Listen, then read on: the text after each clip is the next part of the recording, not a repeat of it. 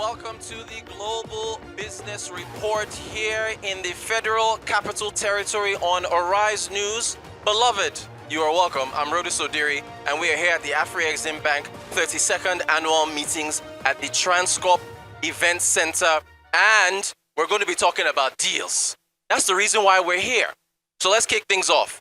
There were 3 deals that were signed yesterday here at the Transcorp Event Center involving the Afreximbank and particularly an executive that we interviewed to preview the meetings. That is, of course, the Executive Vice President Kayo Awani, who, of course, is of the Intra-Africa Trade and Export Development Bank, with 3 companies. One of them was the Intensive Energy Users Group of Zimbabwe. The second was Aditas Pharmaceuticals Limited of Kenya, and the third was Proton Power Limited of Nigeria. But beloved, let us start this sermon with the free market capitalism sermon of Power Pastor E.G. Cross, who is the chairman of the Intensive Energy Users Group of Zimbabwe. There were 4 key points that he made to me in our conversation. Number 1, the funding from the Afreximbank was critical to attract investors to Zimbabwe's power sector. Number 2, our brothers and sisters in the government of Zimbabwe, the scales fell from their eyes and they realized that the power sector needed to be liberalized. All tariffs gone. Point number 3, Zimbabwe has one of the most expensive power tariffs in the region, the Southern African region. But despite the tariffs being removed, or rather liberalized, the sector being liberalized, Zimbabwe still does not have 24/7 power. Why is that?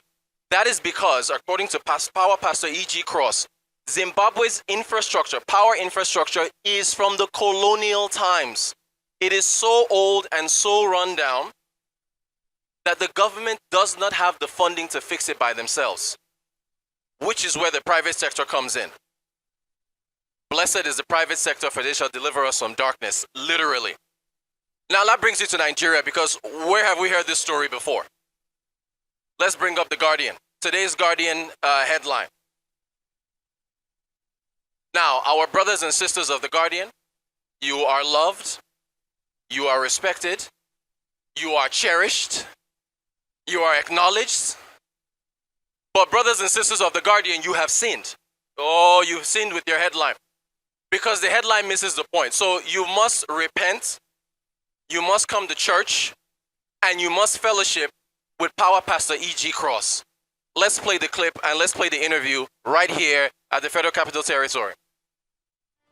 Chairman of Intensive Energy, thank you for talking to Arise News. Can you tell us can you tell us what you do, what the company does?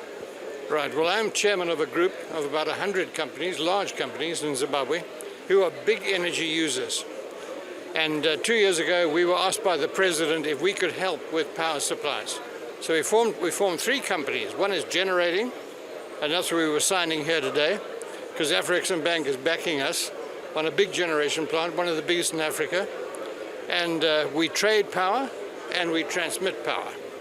And we provide our members with continuous high quality power at a decent price. Now, can you tell us about the significance of this deal that you signed with the Afreximbank? It's the biggest deal in sustainable energy in our part of the world so far. And can you tell us about the power issues Zimbabwe is facing and how they can be solved? Right. Like many African states, our power generation capacity and our transmission systems were developed during the colonial era. And of course now it's 50 years later. And those plants are old, they're running out of steam, government doesn't have the money to replace them. So what we are doing, we're bringing private sector energy, private sector financing to this sector. The government, on its part, has liberalized our market. So we're able to function. In South Africa, for example, where load shedding was a very serious problem, As soon as they liberalized their market 2 years ago, the private sector stepped in. Now load shedding is almost a thing of the past. So we can move fast, faster than government, and we have the capacity and the initiative to do so. You're here in Abuja, the Federal Capital Territory. I'm sure you are aware of the power issues Nigeria is facing.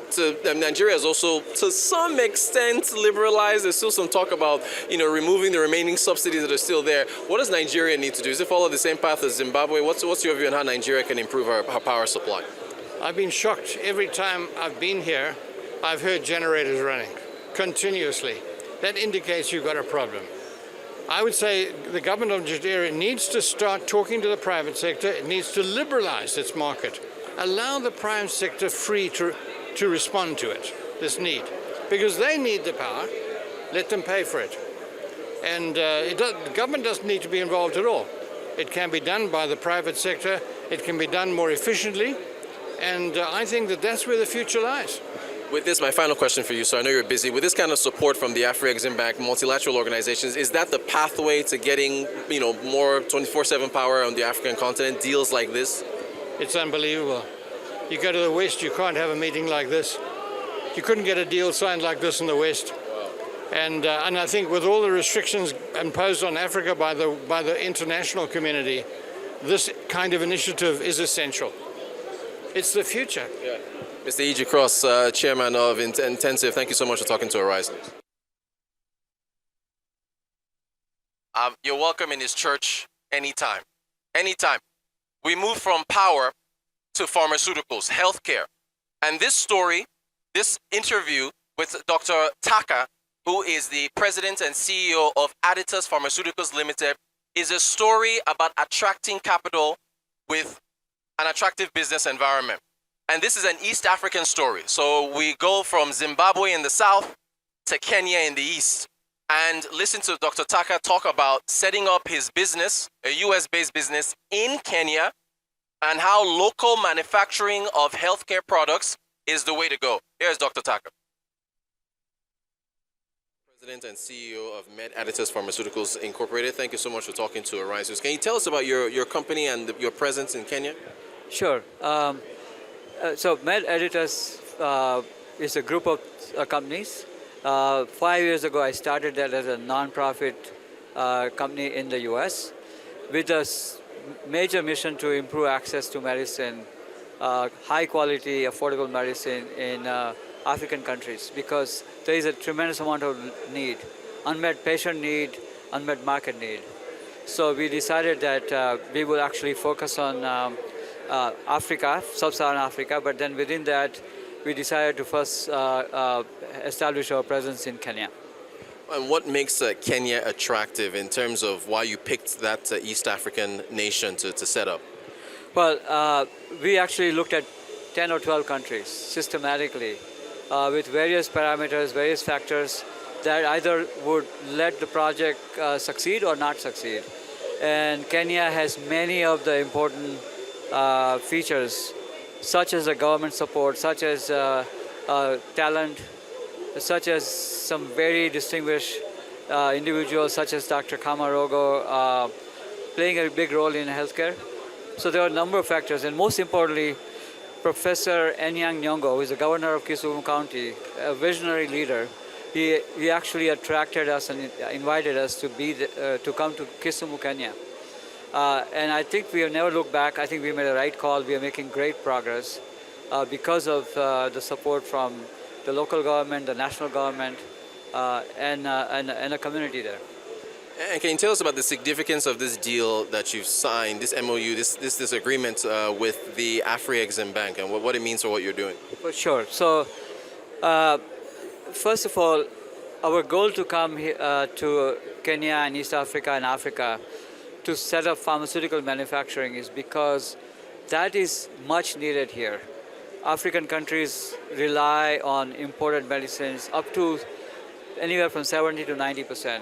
That's not sustainable to really elevate the healthcare. So we believe that local manufacturing is a way to long-term answer to this problem. We want to come to, we first came to Kenya, and we would like to really go elsewhere in the continent to first model how we can actually use technology to rapidly develop pharmaceutical local manufacturing capabilities. And the idea is not just one place. The idea is to really grow. And so that is what we wanted to accomplish. Now, we needed a partner in an ambitious deal like this, a partner who actually understands the need and most importantly provides significant initial capital. So we were introduced to Afreximbank through one of our board members, Ngozi Bell, who actually has roots in Nigeria. And I think we then, as we talked, we could see that their mission and our mission is quite aligned.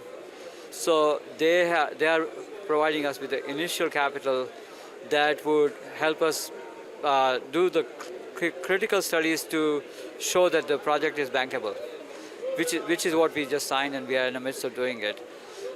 At the end of this, within a year or so, after we have done some of these studies, the bank would then finance the whole two-thirds of the whole project, which is about $40 million project. But because bank is in this deal, we are able to successfully bring investors from US. We are also seeking investment from Europe, and most importantly from Africa. And I think the bank has played a big role in helping us really develop this financial model. So what's your outlook for the, I guess, growth of the pharmaceutical manufacturing on the African continent? I think if we bring technology, if we leverage technology, if we harmonize pharmaceutical manufacturing, regulatory bodies and trade, then the outlook is very good. And I see the countries moving in that direction. I see that East African countries have come together, and other groups of countries in the South and the West are coming together. If they don't do it, if they don't harmonize regulatory approvals of pharmaceuticals or trade across the countries, growth will be slow. So we are coming here to catalyze that, to encourage that, and we feel that the future and outlook is quite promising. Dr. Taka, the President and CEO of Med Additives Pharmaceuticals Inc., thank you so much for talking to Arise News. My pleasure. All right, now, beyond that, we also had a great conversation with Mr. Kamarogo, who has spent about 20 plus years at the World Bank and is a board member of Additives Pharmaceutical Limited. And he came with the perspective that we need on the African continent indigenous banks like the Afreximbank, because they are more laser focused on the issues pertinent to the private sector players in Africa. Here's our conversation with him. Who, of course, is a board member of Additives Pharmaceuticals. Thank you so much for talking to Arise News. I wanted to get your thoughts on this signing ceremony today and what it means for the company and for pharmaceuticals in Kenya or for the wider African region. Thank you very much. I think that the COVID taught us a very important lesson in Africa, that you cannot run a health sector that's relying on importation of everything, from equipment to pharmaceuticals to even training of human resource. So self-sufficiency for Africa is important. The pharmaceutical sector is particularly important because the approach to universal health care intends to address three things: access to health care, quality of that health care, and affordability of health care.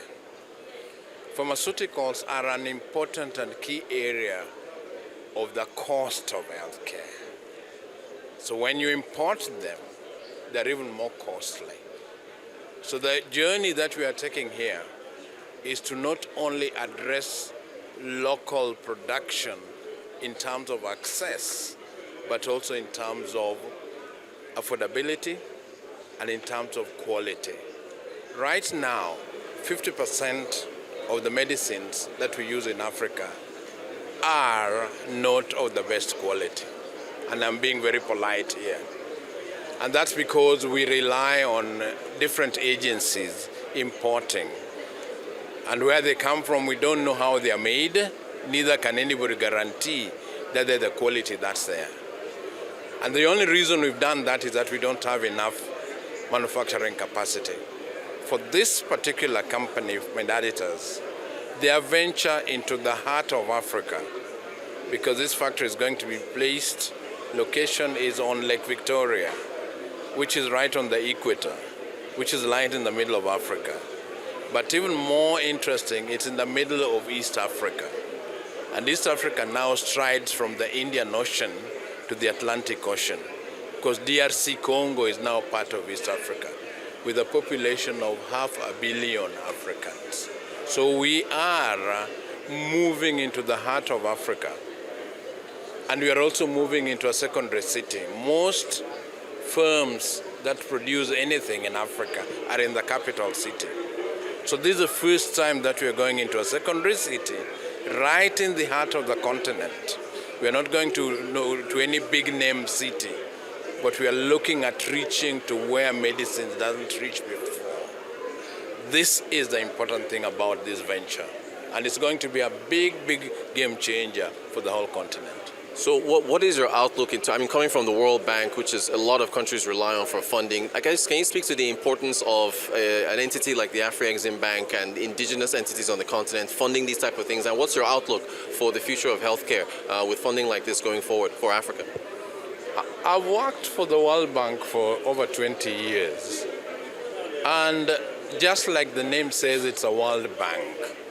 And when you look at Africa in terms of being part of the world, it's just a tiny, tiny part of it. So you often find that opportunities are missed, because when Africa is competing with the rest of the world, we usually don't get what we need immediately. This is the advantage of having regional banks like the one that is hosting us here today, because you are more focused, you are more result-oriented, and you understand the challenges that Africa has. And there's some challenges that the rest of the world, not even the World Bank, understand. And when it comes to the health sector, one also has to mention another thing, that there are some diseases and conditions that are still predominantly in Africa, and the external manufacturers will not see them as a priority. I'll give you an example. Sickle cell disease is a big, big problem in Africa. But the rest of the world, it's nothing. So if you look for medicines for sickle cell disease and even the research, it's much, much less focused on than there.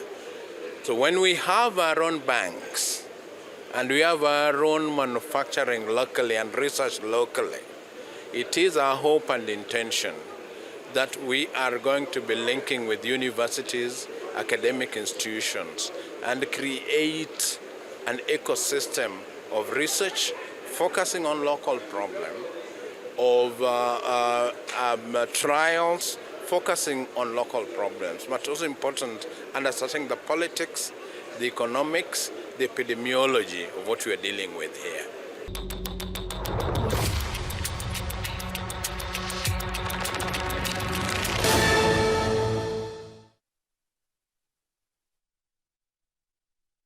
Welcome back to the Global Business Report here on Arise News at the Afreximbank 2025 annual meetings, the 32nd edition, here at the Transcorp Event Center in the Federal Capital Territory, Abuja. It's Friday. You know it's our eye on tech. You know we have to talk about technology. So we've talked about energy. We've talked about pharmaceuticals. Let's now talk about electric vehicles. Behind me there are two electric motorcycles that are parked from a company named Spiro, which is from India, but actually assembles them here in Nigeria, I think in Shagamu. Here is our conversation with Edward Amanambu, who is the head of operations for the energy division of Spiro EVs. Let's go. Tech, I've been looking forward to this conversation. We're going to be talking about electric vehicles, but particularly electric motorcycles with Edward Amanambu, who of course is the head of operations for energy at Spiro. Edward, thank you so much for talking to our risers. Look, I wanted to ask you about manufacturing in Nigeria. For Spiro, which remind me is an Indian company? Yeah, it's an Indian company. And these motorcycles, are they manufactured or assembled in Nigeria? Tell us about where that takes place. The Spiro bikes are built for Africa. the terrain and the topography from Kenya to Uganda. So many data being collected to build these machines just to fit for Africa. We have our production and assembly plants in Kenya and also in Nigeria. Fantastic. Now, this is a wider conversation now about what it would take to manufacture in Nigeria, because there are other players in the mobility sector, from vehicles to motorcycles, but it's mostly assembly. So what's the challenge? What would it take? I think there are so many factors to consider. Maybe cost of material, cost of production, energy usage for powering the assembly units. These are things you have to consider, and also compare it to what you have in other countries. With respect to, talk to us about these swap stations. So after a while, you're able to swap out your battery for these? Yes, the swap station is just, as it said, swap. Means just like a filling station, a rider comes in with depleted battery and he exchanges the battery with a fully charged battery. So what we charge is based on SOC billing, meaning the battery you come with, and when we exchange, for example, you come with 60% and we give you 100%, so we're charging you for that 40% SOC. And that's just a swap, yes. Now, in terms of, let's see this charger. This is the thing. Whenever we talk about electric vehicles and the ability to scale, everybody says there's no lights. I mean, there was a signing ceremony here with an energy company, and we're talking to a CEO of an energy company in Zimbabwe. I was talking about how Zimbabwe doesn't have light. Talk about how Nigeria doesn't have 24/7 power. So let's talk about the charger. You have the charger here. This can just be, how long does it take to charge this bike? For the battery, it takes 3 hours to charge the batteries. Okay. So let's take a look at the charger. Okay, this is the charger. This is a 15 amp charger that you can charge from home, right? And aside from this, we also have like the swap station too. Then we also have the fast charging system too that you can see in the malls. Now, for example, when you're going on the street, you just want to pick up some coffee, you could just park and just charge.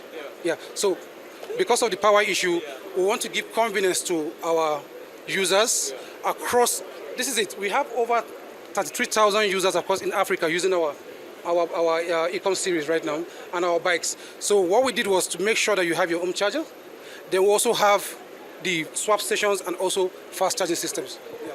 Now, what kind of, and this is like I think I want to see the end here. It's almost like charging your, it's just like charging your phone. Just plug it in and charge.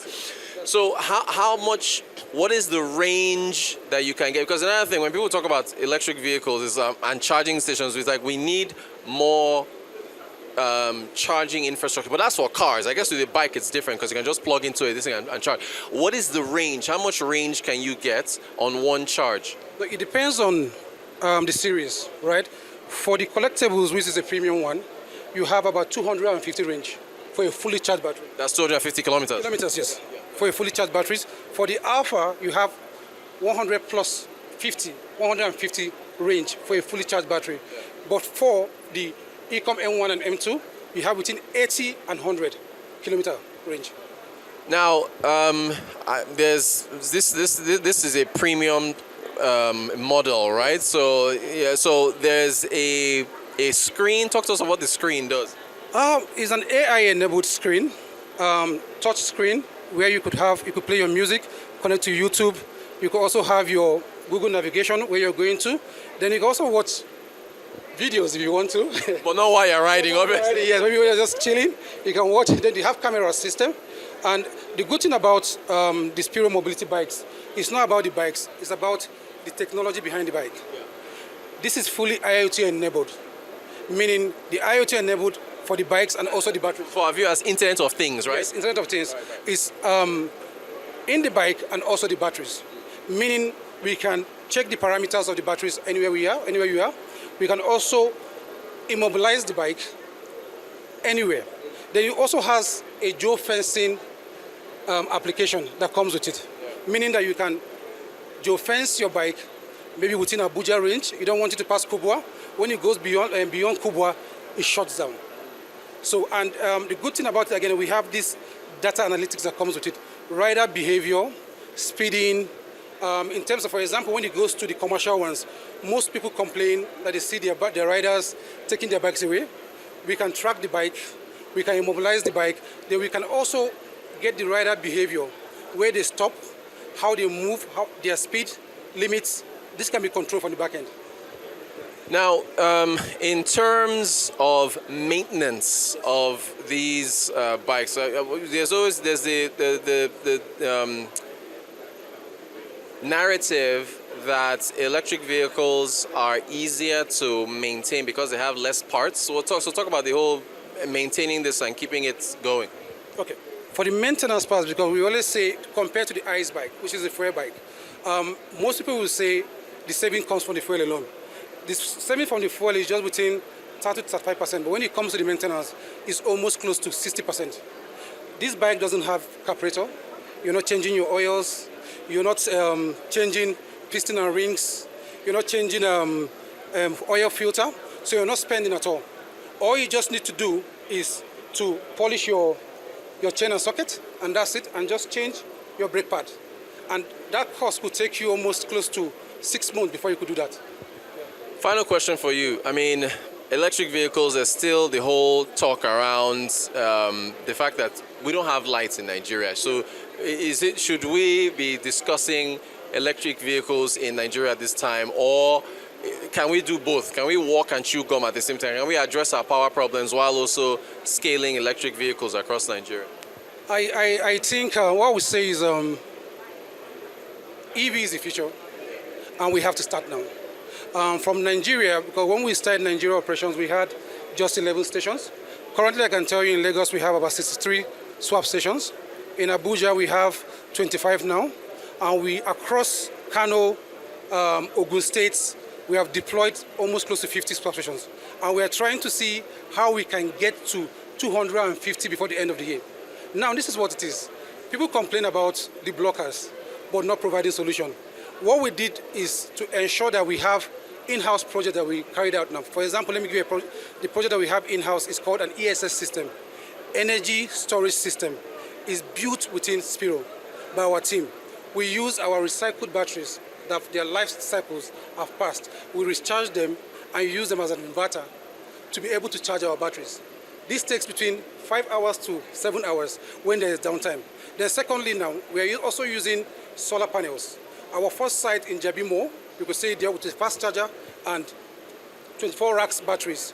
We are powering with solar panels again. Then for the energy business, when it comes to energy, when it comes to environment, there are different ways to achieve that. We could use like 33 kVA, get an industrial area, draw your line to where you could charge those batteries, or have a hub where you could charge more batteries and deploy. We've been carrying out these operations for almost 9 months. And I tell you this, we have cut down downtime, and that's how we scale out all through the remaining states. Yes. All right. Look, this is very interesting. Well, finally, this is premium, right? You said that there are more, the other series that are not as expensive as this. Yes. This is a limited edition. The main ones for the commercial ones, the ones for the market, for the Okada riders, the logistic companies, the B2Bs, the civil servants, these are the M1, M2 series. We have them in Lagos State, more than 1,000 bikes deployed. In Ogun State, about 2,000 deployed. In Cross River, in Kwara State, this is what we use, all the commercial ones use right now. And that is around the range of 1.4 million, which is durable, I'm telling you, at a good price. 1.4 million, so anyone can get this. Almost anyone, right? Edward Amanambu, of course, Head of Operations for Energy at Spirit. And by the way, thanks for talking to us here at the Afreximbank's 2025 annual meetings in the Federal Capital Territory in Abuja at the Transcorp Event Center. Technology is the future, right? It's the future, yes. It's the future. EV is the future, yes. Thanks for talking to us. Thank you so much. All right. Yeah, EVs are the future. And by the way, there are some investors from Asia that are, this is some exclusive stuff, they are building or planning to build an electric vehicle, electric battery, or rather batteries for electric vehicles in the Southwest. I'm going to we'll get some more details as we get them, but there is a value chain that is being put together. Also, we actually ran into some folks from Nasarawa State Investment Council. They're looking for investors. Nasarawa has lithium, so Nasarawa is also in the game. They're looking to get investors to build electric vehicle factories right here in Nigeria. It's happening. It's all happening here at the 2025 Afreximbank annual meetings, Transcorp Event Center, Arise News. We give you the latest. We give you the latest. Technology is the future. Let's go back to agriculture. Soybeans. Everybody needs soybeans, particularly for animal feed. The U.S. Soybean Export Council held their 2025 Nigeria Now, I think it was Now or Never. Let me make sure. Now more than ever. Appropriate title. Their conference, 2025 conference, and they brought together experts from the entire agricultural value chain. Animal feed, aquaculture, poultry, to talk about integrating U.S. soybeans into animal feed. Oluwatosin Balogun, our correspondent, brought together this report. In a bid to propel the nation's soil-utilizing industries forward, the 2025 edition of the Nigeria Now More Than Ever conference, held in Lagos, brought together a dynamic coalition of experts from across the country to explore the vast potential of high-quality U.S. soybean meal in Nigeria's feed production. The CEO of the U.S. Soybean Export Council, James Sauter, explained that the benefits of both local production and imported soybeans meal working together. We have people from the livestock industry, from the feed industry, from aquaculture industry, from everything to do with protein industry, providing protein to consumers here in Nigeria. And we're with the U.S. soy industry, and we've been collaborating with these groups for the last 5 years. We have several programs we operate in this country, and we're just trying to get everybody together to talk about the future. The acting consul general of the U.S. consulate in Lagos, Joylyn Gog, stated that the partnership would improve food security in Nigeria, while the regional director for South Asia and Sub-Saharan Africa at USSEC emphasized that the potentials of soybean meal for Nigeria's protein sectors. The U.S. Consulate Lagos is working with the U.S. Soybean Export Council to improve, food security here in Nigeria. We're very excited that we can get soy into the protein chain. There's so many people here in Nigeria that could benefit from a healthier diet. We're just visiting with the industry people that are making soybean the next future positive for the people of Nigeria, and we are happy to do that and just anticipate some great things from this country. According to its promoters, addressing Nigeria's protein deficiency challenge is a significant target of the initiative, among many other benefits.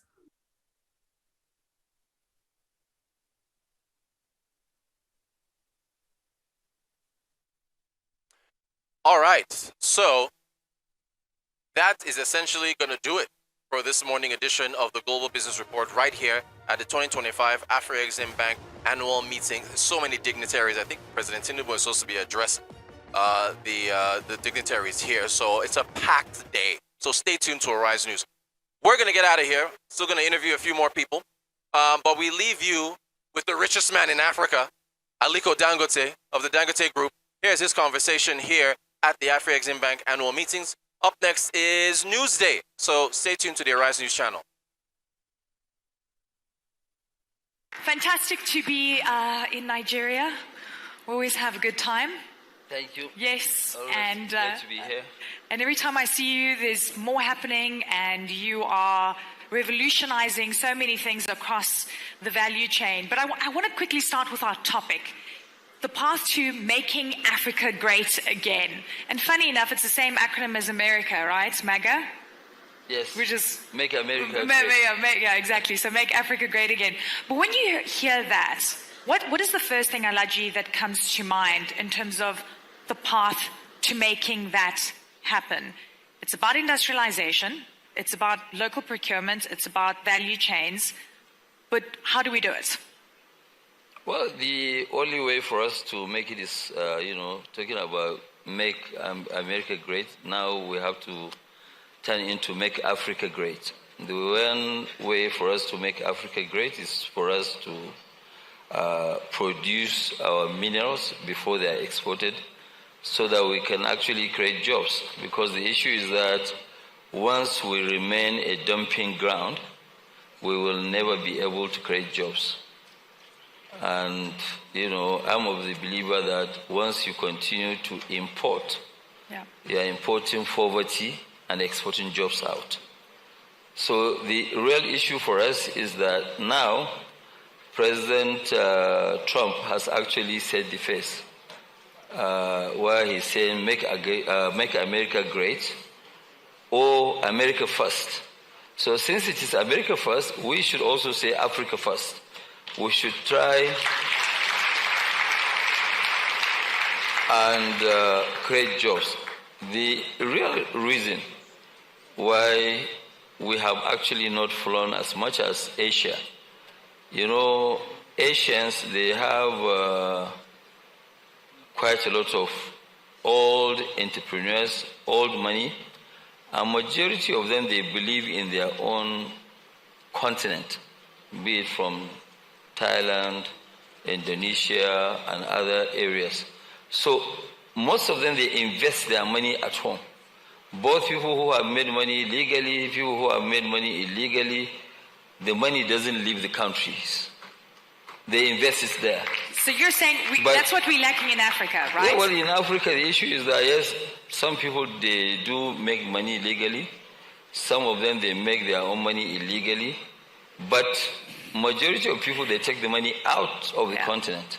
So if I'm not investing at home, how do I convince somebody to come and partner with me and invest and make Africa great? It's difficult.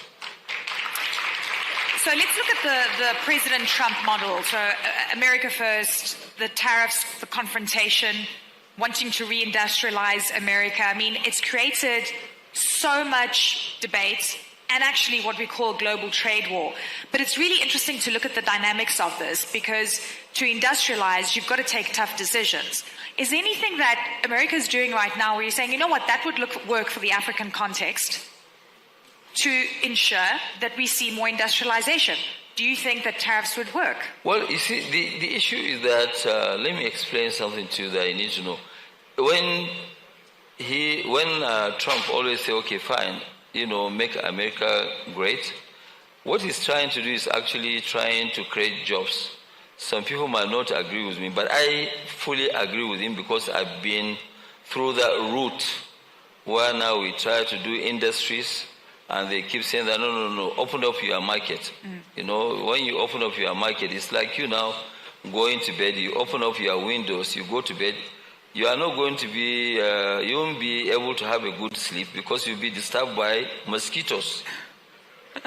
So, when you now say you open up this thing, you don't have what it takes to allow every single damn thing to be dumped into your own market. That is what you call a fair competition. That's also what you call dumping. Okay, because if I have excess, I will take it at half price to go and dump in somebody's market. So I make sure that the country does not produce what they need. So what I find fascinating with what you're saying, because one way that people are describing things, it's like becoming a lot more protectionist, which is bad. But actually the way you're saying it is that we shouldn't be a dumping ground, and there's a distinction between the two things. Let me give you an example. He has done quite more than that. People maybe know about the steel, aluminium, where he ended off, he tried 25% tariff. And then later on he said, no, 50%.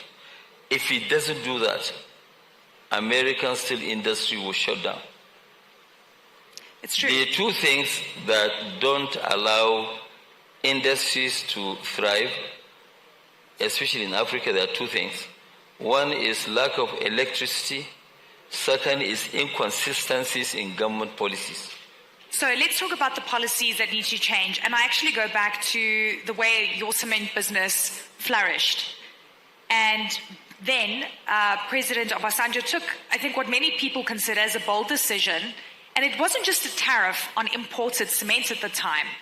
it was quite interesting because it was about backward integration if you do import. That's right. So, and I really want to unpack that because I wonder if you can scale that idea across other sectors and whether that's workable as a policy. Well, as a policy, what President Obasanjo did was actually, great. I mean,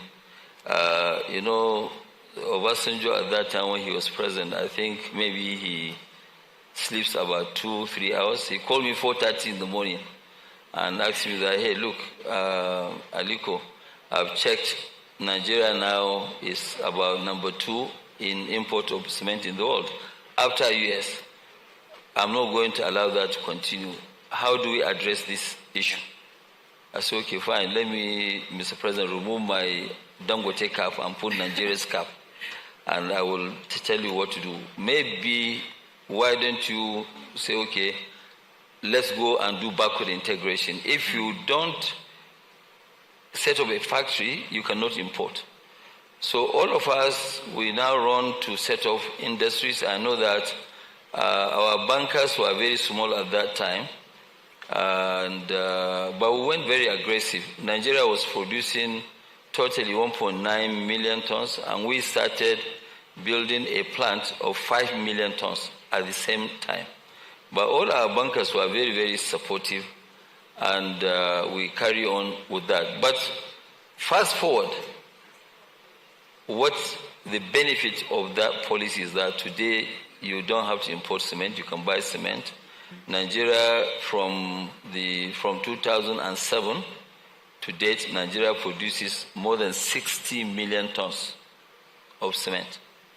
And is the largest exporter and in now Africa. Also Nigeria is the largest exporter of cement in Africa. Thirdly, as we speak, when we finish our Itori factory, it's 100% for export, and Nigeria will not earn less than $500 million of just exporting cement. Brilliant. Let's shift focus to the refinery because you're exporting jet fuel to the United States, correct? Not only to Asia too. But to Asia as well? Asia, I mean, that's United such a feat. States. Nigeria is exporting jet fuel to these major economies and fertilizer to the United States? Yes, actually, 37% of our fertilizer goes to US. I mean, that's incredible to think about because it shows what actually can be done. And, this was a mammoth project. We've spoken about how a Herculean task it was for you. And I wonder how it's going from an economics perspective, financial perspective, and whether, looking back now, because it's always, every single year, there's more hindsight, was it completely worth it? Would you do it again? What's your answer this time round? Well, I think I will do other things again. But like what I said, when we launched the refinery project, luckily for us, we actually didn't have a full idea of what we are doing. If we knew what we are going to go through, we wouldn't have tried it. But it's good that we didn't know. So that's why. So at least we've been able to, deliver. But it was really tasking, humongous, and I must say that without the support of our bankers, led by Afreximbank, the Access, Zenith, First Bank, it wouldn't have been possible at all. So let me ask you this. What's your biggest challenge that you face right now? Buying of crude in Nigeria, selling off-takers. What is your biggest issue? And how does that speak to pushing African champions locally, whether you felt that you've had that support? I want you to give me a sense of what that experience is right now. Well, the issue is that we African champions, we need to understand that we are the only people that can make Africa great. Yeah. Nobody will do that for us. So as such, we need to make sure that we concentrate, we believe in our own continent. Of course, there will be ups and downs here and there, but life is all about up and downs, and sometimes, yes, you succeed, sometimes you don't. But majority of, of us, once you concentrate, you really know what you are doing, you'll be successful. It's difficult, and you don't really expect anybody to hail you. People who made America great, it is only now that people are hailing them. But at the time when they were really pushing, trying to create all the Vanderbilts, the Ford and Co., nobody was hailing them at that time. So it is very difficult, for people to hail you while you are doing things. But on hindsight, when you look at it, people will now appreciate. You see, the job of people like us is not about really amassing wealth. It is about creating wealth. Yeah.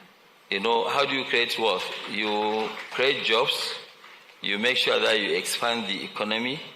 Other investors will see what you are doing, and they will also join. Like what I keep saying, majority of our own countries, especially in Africa, they keep going around to look for foreign investors. Foreign investors, they just don't come that easy. So what you need to do is to encourage domestic investors. When they are doing well, that is the invitation for international investors. I want to talk about the global geopolitical upheaval. I'm trying to think of a diplomatic word that, describes what we're seeing globally. And it feels in many ways the African continent, African countries are stuck in the middle of sort of this to and fro of the spheres of influence that are shifting dramatically.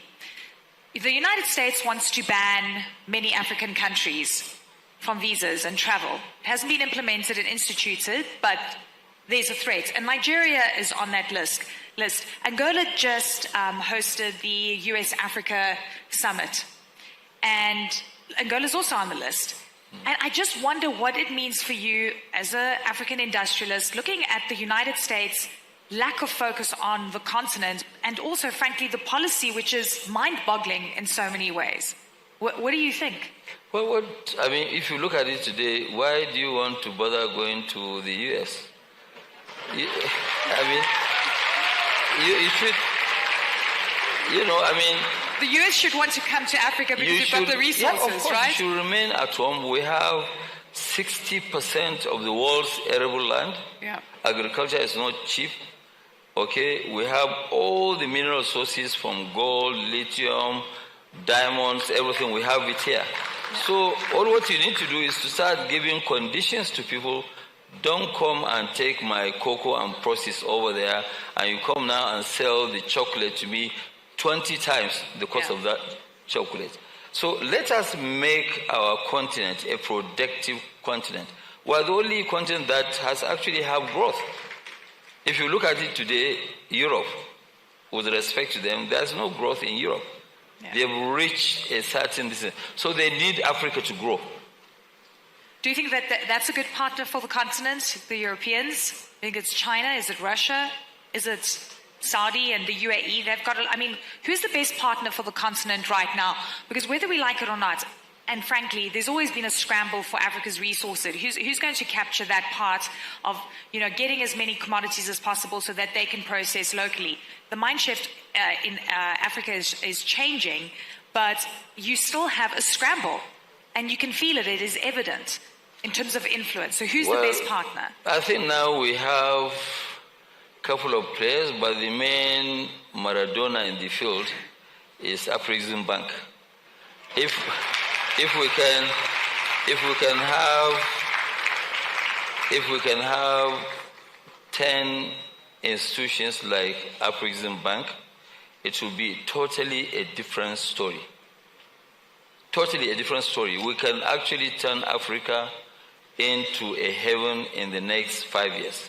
It doesn't take time. So because like what I keep saying, you need to think big, then you grow big. You think small, you never grow.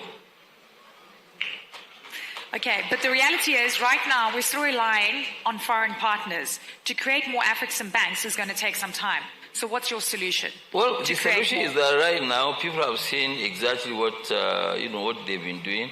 We don't expect the international banks to do, but we should also make sure that we have for us to grow, we need a very strong financial institutions We need to have good manufacturing base. We need to also face agriculture.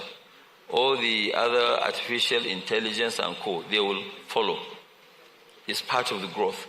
But once we do that, we focus on our own mineral sources, I am telling you, Africa will be totally a different story. You know, people now always come and talk about corruption. Of course, Africa is not the only place that you have corruption. Corruption is all over the place. The only difference is that our corrupt people, when they steal the money, they take it, they fly the money out of the continent.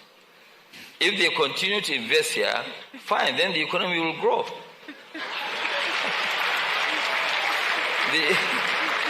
So you're saying if you want to be corrupt, please reinvest that money in Africa? But, yeah? you know, let me give you an example. You know, I mean, I apologize with respect to maybe countries like Indonesia before. I'm not talking about now. During Suharto, are you saying that there was no corruption? Of course, there was corruption. In all Thailand, corruption everywhere. But they were able to grow just because they did not do what we are doing in Africa, taking the money out of the continent, out of their Asian region. Okay, so I'm not saying that I encourage. All what I'm saying is that there's no society, whether it's America, whether it's Europe, everywhere that you think of, there is corruption. But our own is totally different, where now you deprive your country of the money, you deprive your family of the money, because you won't tell your family you've stolen money. So, you know, you deprive everybody, then you now go and hide the money somewhere. When you die, the money will go into the banking system. This is brilliant. I mean, I've never thought of corruption in this way.